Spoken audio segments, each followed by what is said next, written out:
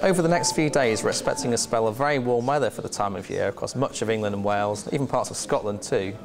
Some people are calling this an Indian summer. Now that's not technically correct in terms of the classical definition. For that, we'd expect it to occur a little bit later in the season, more like October, November, but nonetheless a very warm spell of weather for many of us. The reason for that? Well, an area of high pressure is developing across much of Central Europe, centred on Germany and Poland. What that does is it draws up very warm air from a long way south, from parts of France and Spain, and even further south than that sometimes. That comes across a very dry continent, so it takes all the moisture out of the air. We see very little in the way of cloud, for example, so blue skies, sunshine. What that does is it warms the ground up and the ground warms up the air, so we see very high temperatures for the time of the year. I think for a good part of England and Wales, even northeastern parts of Scotland, over the next 3 or 4 days, we'll see maximum temperatures around 10 degrees above normal for late September. So say 25 to 27 Celsius typically, may even nudge around 28 degrees, for example, on Saturday.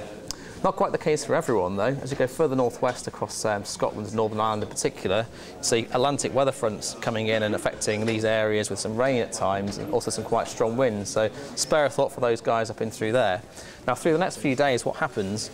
That frontal zone becomes slow moving across those areas.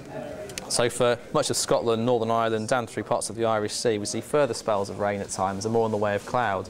But even as far as Saturday, across England and Wales, we keep that area of high pressure, warm air coming up from the south, more in the way of sunshine, so remaining very warm for the time of year with highs 25 to 28 degrees. How long is it going to last then? Well, beyond that, the idea is these green colours here show much cooler air behind this cold front coming in from the Atlantic. And during the course of Sunday and Monday, that will tend to sink southwards across more of the UK. If I just skip forwards here to Sunday, you can see that by then more of Scotland, for example, is in the green sort of cooler air mass, if you like, as opposed to England and Wales, which is still warm and dry. So for England and Wales, staying very warm through to at least Saturday, possibly Sunday, and during the early part of next week, this cooler Atlantic air will tend to move across more of the UK. So by Monday or Tuesday, I think temperatures nearer to normal for this time of year.